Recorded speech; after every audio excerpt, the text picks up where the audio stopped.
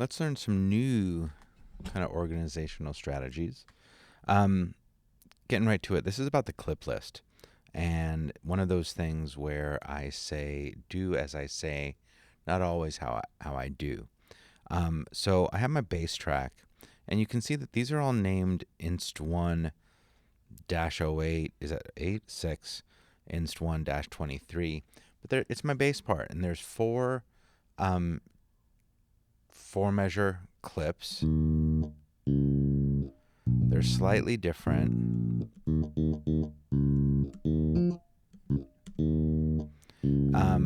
And because they're named inst1, it's a bit confusing. This is really all about using the clip list. So over here on the right, the oft ignored clip list. If you can't see it, there is an arrow down at the bottom right-hand corner. Click on it, and your clip list is revealed. And if I click on this one, you can see that it is over here, and this one, and this one, and this one. I want to organize this stuff. If I had named my track bass when I actually started putting in these parts, they would be called bass.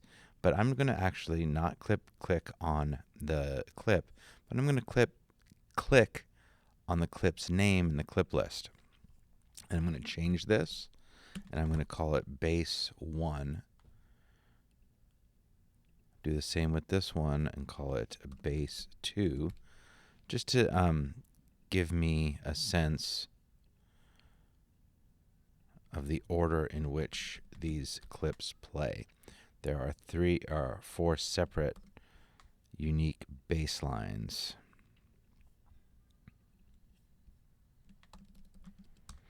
Okay, so now I have bass 1 and 2, and they're 1, 2, 3, and 4. They're all listed here. Bass 1, bass 2, bass 3, bass 4. Now, what could I use this for? Why do I have a clip list? Well, let's say I wanted to duplicate bass 1 so that it continues over here.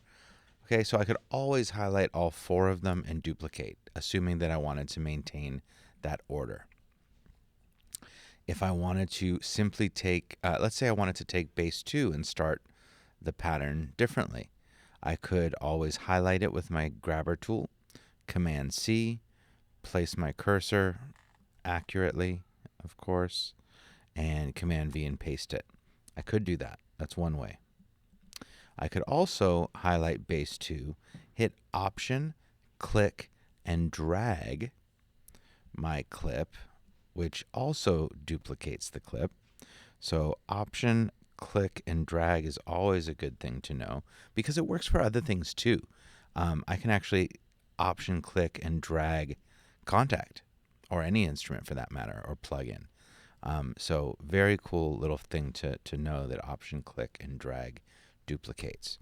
But I could also just grab the clip from the clip list and drag it in.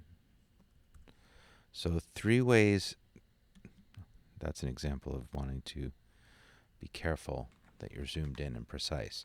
All right, so there's 3 ways that I could really get this clip, beat bass 2, copied over to be the first one in the next progression. There was copy and paste. There was Option, click, and drag to copy.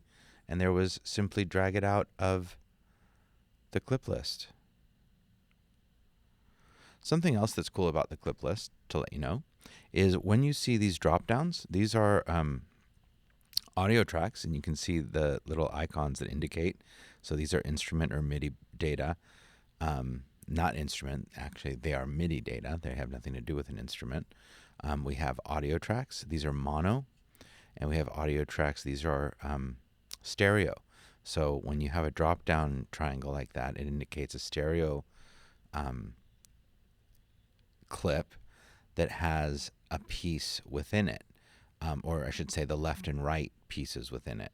So, for example, if I come over to a stereo track and drag my clip in there, it maintains its stereo image with a left and right component. But I can also drag the left or right onto a mono track and have, just that part of it. All right, like what else? The The bolded versions indicate a take, like the original entire take, while if I were to cut this, you see the sub clips, the two pieces that those were cut into.